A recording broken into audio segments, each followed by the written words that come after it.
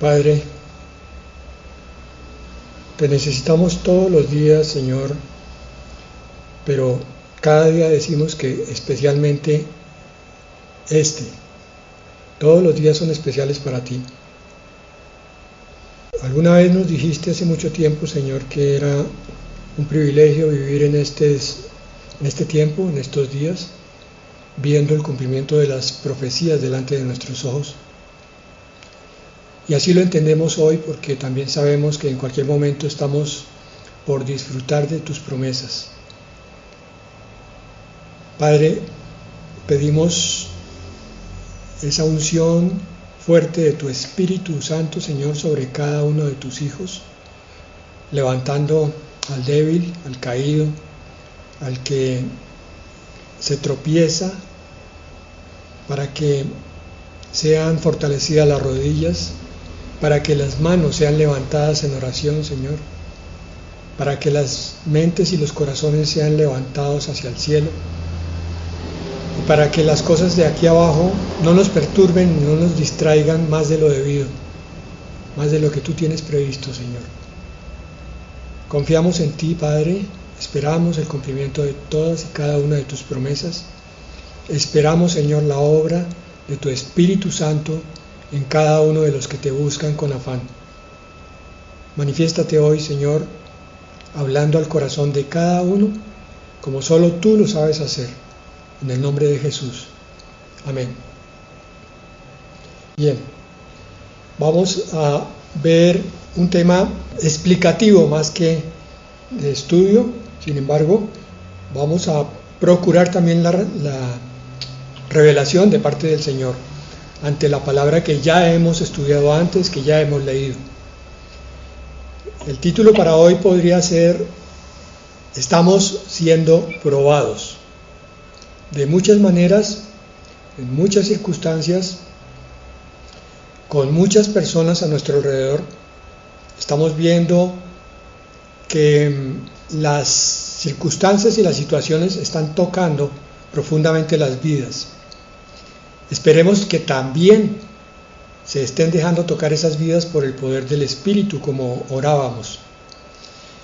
Entonces este tema tiene que ver con el hecho de que hay múltiples amenazas hoy a través de, especialmente, las noticias. A veces yo no puedo usar los nombres que corresponden, así que les toca a ustedes ser perspicaces y descubrir el sentido de la palabra, de lo que se está hablando, porque si hablamos con la palabra tal cual es, entonces vamos a tener censura en los canales y de pronto nos cierren cualquier medio de comunicación. Múltiples amenazas, decíamos: inoculación, variantes aterradoras, encerramiento posible, escasez de alimentos como amenaza, crisis económica como amenaza para los próximos meses, y cosas muy reales: terremotos, volcanes en erupción, tormentas por todas partes. Ante este panorama, cuando una persona no tiene el bagaje espiritual, no está suficientemente preparada, entonces se va a confundir y se va también a sentir presa de una opresión espiritual. Por eso hay que hacer hoy una claridad espiritual, que vamos a empezar repasando unos versículos del capítulo 24 de Mateo, que tanto nombramos nosotros aquí, las señales antes del fin, la profecía que el Señor le dio a sus discípulos sobre las cosas que habrían de ocurrir al final de los tiempos. Mateo 24, 3 al 8, vamos a leer hoy. Versículo 3. Estando Jesús sentado en el monte de los olivos, se acercaron a él los discípulos en privado y le preguntaron: dinos, ¿cuándo sucederá esto y cuál será la señal de tu venida y de la consumación de este siglo?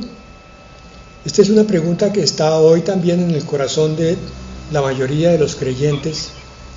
Están procurando averiguar cuáles son las señales, si ya estamos en determinados periodos de Apocalipsis, si no lo estamos, entonces ¿qué está pasando con nosotros? Y cuando leemos Mateo 24, descubrimos que aquí está la explicación para estas preguntas sobre qué está ocurriendo en este momento. Entonces, el versículo 4 es de por sí ya muy diciente. Jesús le respondió: tengan cuidado de que nadie los engañe. Cuando él dijo esto, directamente se refería a lo que está en el versículo 5, que eran los falsos ungidos, los falsos cristos, los falsos maestros, los falsos profetas. Pero también se estaba refiriendo indirectamente al engaño espiritual que sobreviene en los tiempos de crisis. Hay un dicho en la calle que es muy cierto: río revuelto, ganancia de pescadores. Eso quiere decir que cuando hay caos, los avispados pueden encontrar oportunidades que de otra manera no se verían. Este tiempo que produce tanta agitación mental y emocional en las vidas de mucha gente, es un tiempo también que es aprovechado por estafadores, mentirosos y cantidad de individuos de pocos escrúpulos que quieren engañar a la gente. Tengan cuidado que nadie los engañe. Tiene que ver también con el hecho de que tú tienes que abrir tus ojos y no dejarte engañar por las noticias falsas que circulan por ahí.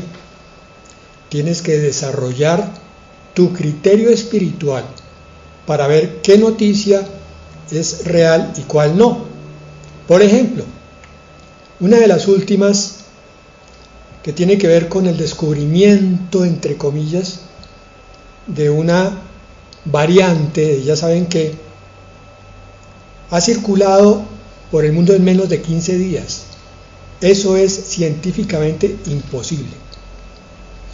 Para que se descubra una variante de un bicho X y se estudie adecuadamente y se confirme el diagnóstico y se desarrollen pruebas de laboratorio, se llaman pruebas serológicas, pasa un tiempo apreciable. No es en 15 días. La noticia se produjo el 15 de noviembre. Y ya hoy los gobiernos están dizque en alerta, porque sabemos que es una alerta falsa, no es real. La quieren usar, la quieren aprovechar para seguramente empezar a amenazarnos dentro de unos pocos meses o días de un nuevo encierro. Es muy probable. Entonces, tengan cuidado que nadie los engañe, es la advertencia del Señor. Ten tu hermano y hermana ese discernimiento desarrollado a lo largo del estudio, así es como se desarrolla, el estudio de la palabra, porque la palabra es la verdad, y con la comunión que tú tienes con el Señor. El Señor te va a hacer sentir en el corazón fuertemente, siempre basado en la palabra, donde las cosas no son lo que debieran o hacia dónde están las posibles salidas. No te voy a decir con esto que tú vas a ver como un mensaje en el cielo donde el Señor te va a decir: por aquí es la salida, por aquí no pase. No, eso nunca va a ser así de claro.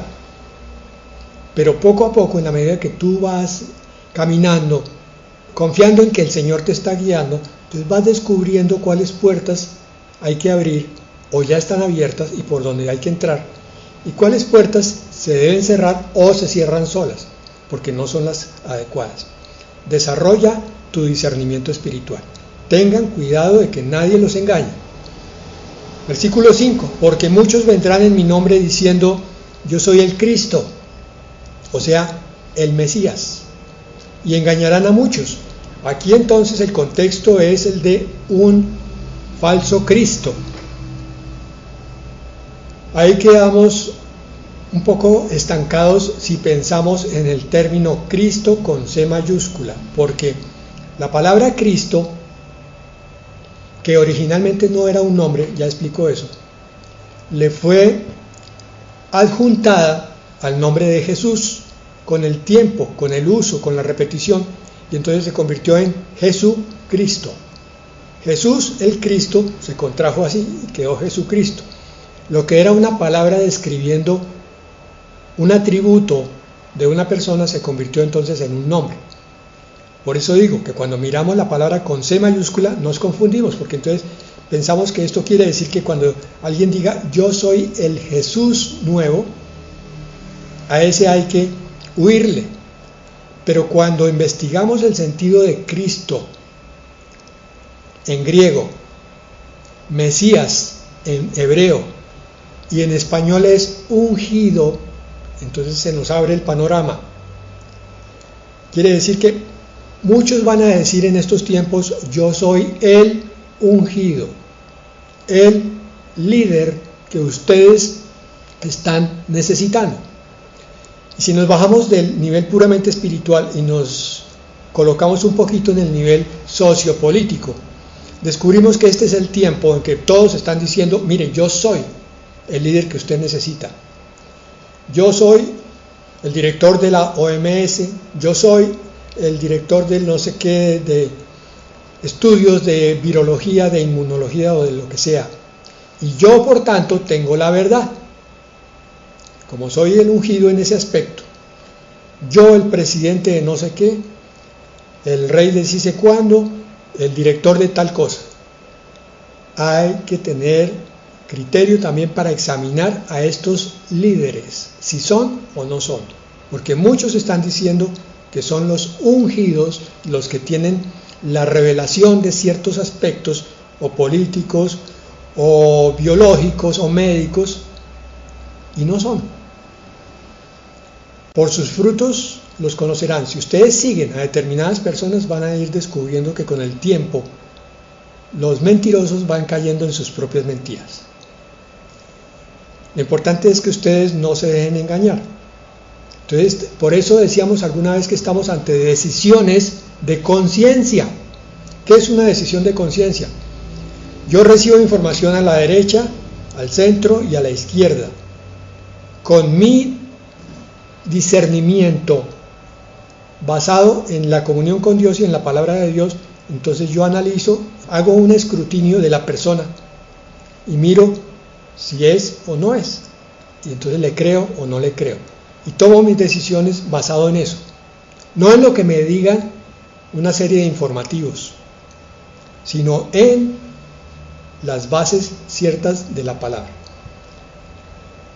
Mateo 24:6, tuvimos la primera señal, muchos líderes engañosos.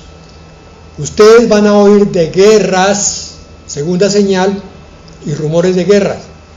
Cuidado, no se alarmen, porque es necesario que todo esto suceda. Se me ocurre que esta palabra se está olvidando para muchos. Hay muchos que están preocupados, angustiados, agobiados, y no tienen en cuenta esta palabra de Mateo 24:6. No se turben, no se alarmen, es necesario que todo esto ocurra. Todo lo que está pasando de 2 años para acá y lo que va a pasar el próximo año es necesario que ocurra. Es parte del título de este tema. Estamos siendo probados. Aquí se está sabiendo quién es quién. Pero el Señor continúa en ese versículo dando una advertencia. Pero todavía no es el fin. Respuesta para aquellos que dicen, es que quizá ya estamos en la tribulación. Dice aquí, todavía no es el fin. La tribulación es considerada como el tiempo del fin, como el día del Señor, aunque dura 7 años. Bíblicamente es el día del Señor. No hemos entrado allá porque estamos en otro periodo que el Señor nos va a advertir 2 versículos adelante. Lo que nos dice aquí por adelantado es que todavía no es el fin. Versículo 7.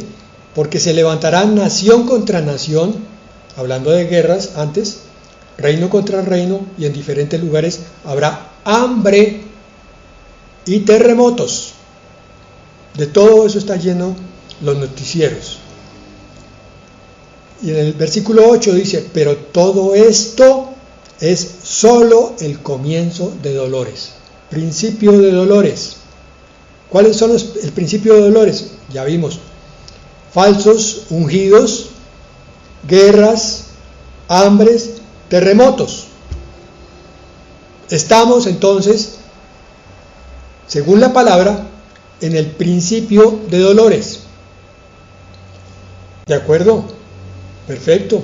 Alguien dirá, pero yo me acuerdo que cuando hicimos el estudio de los 6 sellos primeros de Apocalipsis 6, allá también había un líder, hambre, guerra y terremotos. Sí, pero miren cómo son las cosas. Entonces, Mateo 24 se parece a Apocalipsis 6. Por favor, tengan sus Biblias ahí listas.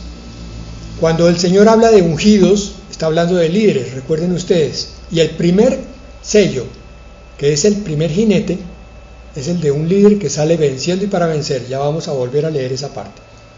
Primer sello. El segundo sello son las guerras, de las que nos hablaba aquí Mateo 24:6. El segundo jinete o segundo sello. El hambre que está en el Mateo 24:7 corresponde al tercer jinete o tercer sello de Apocalipsis 6. Y el terremoto o los terremotos de Mateo 24:7 al final corresponde al sexto sello de Apocalipsis 6. Miremoslo. Apocalipsis 6:1. Entonces vi cuando el Cordero abrió uno de los 7 sellos y oí a uno de los 4 seres vivientes que decía como con voz de trueno, ven. Miré y había un caballo blanco. El que estaba montado en él tenía un arco. Se le dio una corona y salió conquistando y para conquistar, salió venciendo y para vencer. Un líder, un ungido. Se me olvidaba decir que la palabra ungido se usaba en el Antiguo Testamento para las personas de renombre, para los reyes y los sacerdotes. Por eso aquí también podemos tomar ese sentido para este jinete. Es un ungido en el sentido de, se le dio un poder, pues ungido de parte, ya sabemos que es del mal. O sea, el Apocalipsis 6:1 y 6:2 corresponde a Mateo 24:5. Sí, perfecto. Apocalipsis 6:3 y 6:4. Cuando el Cordero abrió el segundo sello, oí al segundo ser viviente que decía, ven. Entonces salió otro caballo rojo. Al que estaba montado, en él se le concedió quitar la paz de la tierra y que los hombres se mataran unos a otros y se le dio una gran espada. Asimilamos esto a la guerra, que está en Mateo 24:6. Correcto. Hasta ahí pareciera que los dos pasajes son paralelos o son el mismo. No son el mismo. Apocalipsis 6:5. Cuando el Cordero abrió el tercer sello, oí al tercer ser viviente que decía, ven, y miré y había un caballo negro. El que estaba montado en él tenía una balanza en la mano. Y oí como una voz en medio de los 4 seres vivientes que decía, 1 litro de trigo por 1 denario, o sea el salario de un día, y 3 litros de cebada por 1 denario, y no dañes el aceite y el vino, o sea especulación y hambre. Corresponde a Mateo 24:7. A ver, no entiendo qué me está queriendo usted explicar, Fernando. ¿Me está diciendo que los dos pasajes son el mismo? Estoy diciendo, no, hay que diferenciar. Mateo 24 se llama principio de dolores. Vamos a ver, ya lo vimos, que Apocalipsis 6 es el inicio de la tribulación. Lo vimos hace unas semanas, tal vez 2. ¿Por qué? Porque en Apocalipsis 6:7 se abre el 4º sello, que no se ve equivalencia en Mateo 24. El 4º sello es la muerte, que corresponde a autoridad para matar sobre la 4ª parte de la tierra. Mateo 24 no habla al principio de tanta gente muerta. Y Apocalipsis 6:9 hasta el 11 habla del 5º sello, que es el martirio. El martirio está considerado en Mateo 24, pero mucho más adelante, ya cuando se inicia la tribulación. Quiere decir que entonces se está saltando El cuarto y el quinto sello no corresponden. Mateo 24 con Apocalipsis 6. ¿Por qué? Ya lo dijimos. Mateo 24, al principio, los 6 primeros versículos son el inicio de dolores, mientras que Apocalipsis 6 es el inicio de la tribulación. Con eso sabemos que estamos en principio de dolores y que no estamos en la tribulación. Sería la primera duda a despejar. Sin embargo, como están ocurriendo tantas cosas, entonces alguien preguntará, pero bueno, no estamos en la tribulación, entonces ¿por qué me están pasando tantas cosas? Vamos a entrar en la esencia de la enseñanza de hoy. Lucas 22, 31 al 34. Estamos siendo probados, no se les olvide el título. Lucas 22, 31. Simón, Simón, mira que Satanás los ha reclamado a ustedes para zarandearlos como a trigo. Pero yo he rogado por ti para que tu fe no falle, y tú, una vez que hayas regresado, fortalece a tus hermanos. El principio de dolores consiste, según la descripción de Mateo 24, en una serie de eventos mundiales, dispersos por todo el mundo, unos por aquí, otros por allá, que obviamente va a afectar a vidas particulares, quizás algunas para muerte, pero muchas simplemente para recibir una serie de golpes. Y la iglesia tiene que ser probada lo mismo que el mundo. Así como el Señor le advirtió a Pedro que Satanás estaba detrás de él y de todos los demás discípulos para zarandearlos, quiere decir, para hacer lo que hacen los campesinos con el trigo. Ellos cogen un manojo y lo golpean contra una piedra para que el trigo, el grano, se separe de la paja. O lo meten en un sedazo y lo sacuden así contra el viento, lo mismo para que el grano quede en el fondo y el tamo o la paja salga a volar. Este tiempo es un tiempo de prueba para la iglesia, para ti, para tu familia, para todos. Ya vamos a ver en qué sentido, por qué. Pedro le dijo, Señor, estoy dispuesto a ir donde vayas, tanto a la cárcel como a la muerte. Claro, Pedro, que era bastante entusiasta, bastante acelerado también, decía cosas sin estar muy consecuente con su propio yo interior. Entonces el Señor quería permitir una lección para Pedro, de forma tal que Pedro se fortaleciera y creciera, y entonces al regresar volviera ya con un espíritu nuevo y listo, porque lo que iba a venir sobre Pedro y sobre los demás discípulos era ni más ni menos que el Espíritu Santo. Es decir, los discípulos iban a tener una visitación del cielo, una visitación que les iba a cambiar la vida completamente. Iban a pasar de discípulos a apóstoles, iban a ser promovidos en el reino de los cielos. Y lo mismo está pasando con la iglesia. La iglesia está a punto de ser promovida de iglesia terrenal a esposa de Cristo. Y por tanto, Satanás, antes de toda bendición, viene a dar un gran azote. Y eso prueba a quienes van a estar con el Salvador como esposa y a quienes todavía necesitan una dosis mayor de entrenamiento, y por tal razón tienen que entonces quedarse para pasar por la tribulación, y ahí sí, con ese fuego de prueba, que salga el oro que hay en ellos. Pero sabemos, los que hemos estudiado Apocalipsis, que el problema de la tribulación es que no va a ser cualquier bobadita, va a ser muy fuerte. Entonces la elección todavía la tenemos al alcance de una oración. Señor, yo quiero estar contigo, me quiero comprometer, yo no quiero ser tibio, yo no quiero fallar en el momento que Satanás venga a probarnos.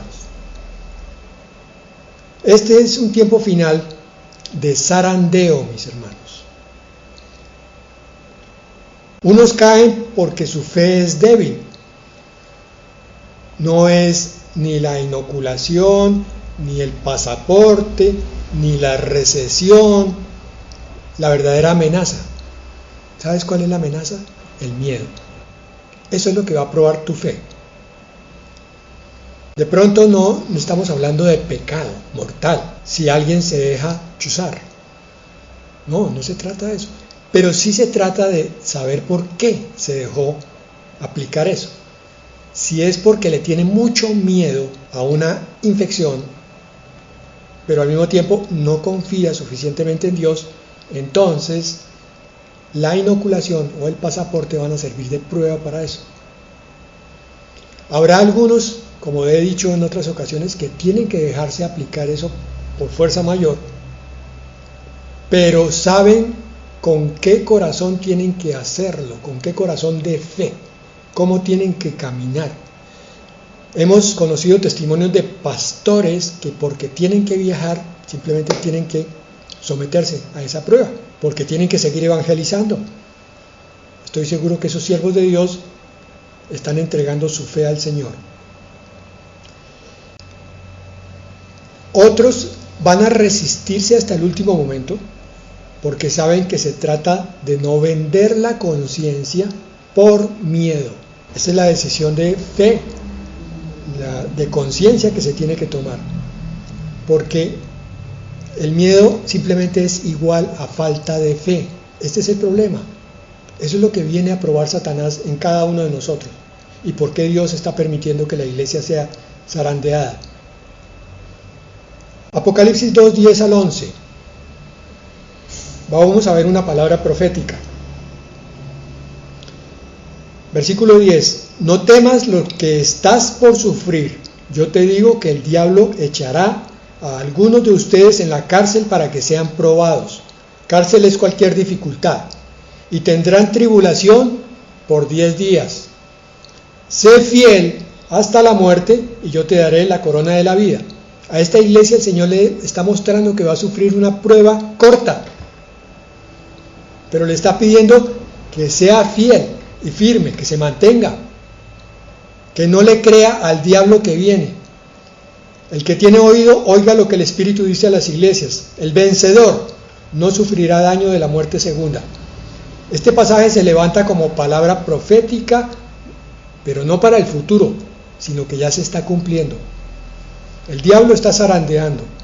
Él también está buscando una cosecha final para él, para llevársela con él, que son los débiles de la fe. Somos probados en nuestras decisiones si son o no tomadas bajo la fe.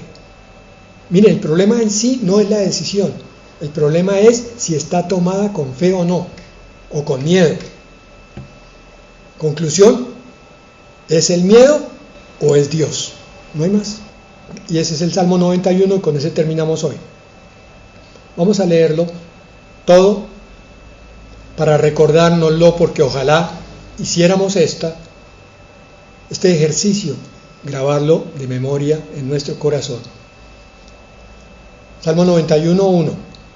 El que habita al amparo del Altísimo morará a la sombra del Omnipotente.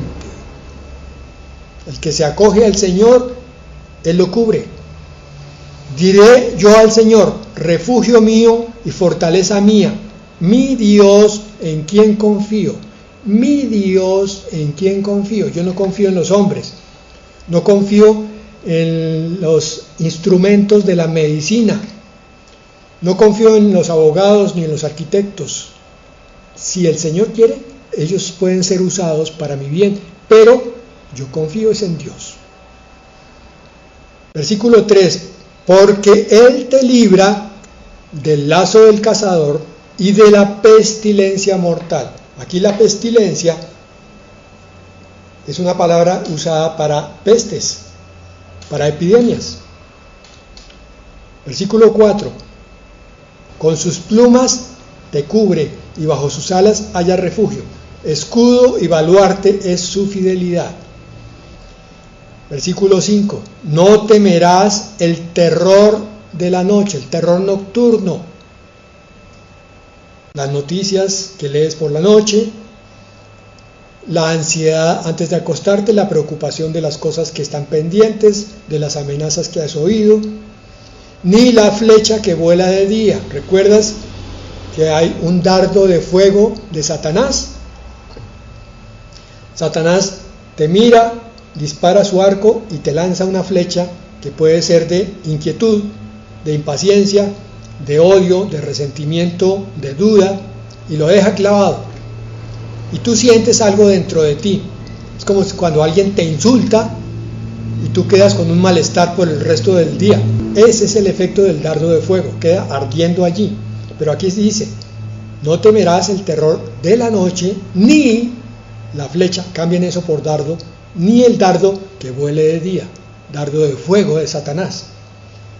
Versículo 6, ni la pestilencia que anda en tinieblas, vuelve a decirlo, ni la destrucción que hace estragos en medio del día. ¿Destrucción? Sí, que viene la especulación, que no vamos a conseguir sustento, nada que ver. El Señor te está protegiendo, pero falta ver si tú crees en este Dios del Salmo 91, porque mira lo que dice el versículo 7, aunque caigan 1000 a tu lado, caen por enfermedad, caen por pestilencia o caen por falta de fe, y 10.000 a tu diestra, a ti no se acercará porque tú confiaste. Qué preciosidad de salmo que es el 91. Qué herramienta espiritual tan poderosa para levantar al débil, al que está temeroso, pero al que quiere confiar. Versículo 8, con tus ojos mirarás y verás la paga de los impíos, porque has puesto al Señor, que es mi refugio, al Altísimo, por tu habitación. Tú entras dentro de Él y te refugias en Él. No te sucederá ningún mal, ni plaga se acercará a tu morada, pues Él dará órdenes a sus ángeles acerca de ti, para que te guarden en todos tus caminos. En sus manos te llevarán, para que tu pie no tropiece en piedra. Sobre el león y la cobra pisarás, sobre la serpiente antigua. Pisotearás al cachorro de león rugiente que anda buscando a alguien para devorarlo, y a la serpiente. Y estos últimos 3 versículos son vitales, porque en mí, ahora está hablando el Señor, en mí ha puesto su amor, porque ha creído en mí, porque ha confiado en mí, yo entonces lo libraré. Lo exaltaré, porque ha conocido mi nombre. Qué hermoso. Me invocará y yo le responderé. Yo estaré con él en la angustia. Lo rescataré y lo honraré. Lo saciaré de larga vida y lo haré ver mi salvación. Amén y amén. Hermano, no te canses de leer este salmo. Repítelo una y otra vez hasta que entre a lo más profundo de tu ser, a tu memoria, a tu espíritu y hasta tu carne. Y entonces tu fe crezca, sabiendo que esta es palabra del Altísimo, palabra viva y eficaz, palabra que produce su efecto en ti, como veíamos la semana pasada. La palabra es efectiva. Y entonces crecerá tu fe y andarás confiado y ya no temerás y no confiarás en las herramientas de los hombres. Vamos a orar entonces para cerrar el día de hoy. Padre, gracias por tu palabra, Señor. Y gracias, Señor, por los corazones que la reciben aquí y los que van a oír más adelante este audio. Gracias, Señor, por la disposición que tienen para creer en esta palabra, Señor, y para ponerla por vida. Para decir en su interior, Padre, grábala en mi corazón y en mi memoria, que yo la repita, que pueda saber que estoy morando bajo la sombra del Todopoderoso y que por tanto tu sombra, Señor, me está cubriendo y me está protegiendo. que pueden ocurrir muchas cosas a mi alrededor y tú me protegerás, Señor. No que no me pase nada, pero si me pasa algo, tú me levantas y tú te glorificas en mí, Señor. Padre, bendice hoy con un toque especial de tu Espíritu, Señor, el corazón necesitado de cada uno. Fortalece, Señor, sana las heridas, restaura, Padre, allí donde hubo quebrantos y dolores, Señor. Toca, Padre, con tu mano misericordiosa, con tu mano bondadosa. Y que estos hijos tuyos, Señor, tengan la fe suficiente para creer que tú los estás levantando en este momento, para creer que tú los estás cuidando y protegiendo, y que lo seguirás haciendo hasta que vengas por nosotros. Padre, que ni uno solo se quede por dudas o por falta de fe. Es lo que pedimos hoy en el nombre de Jesús. Amén y amén.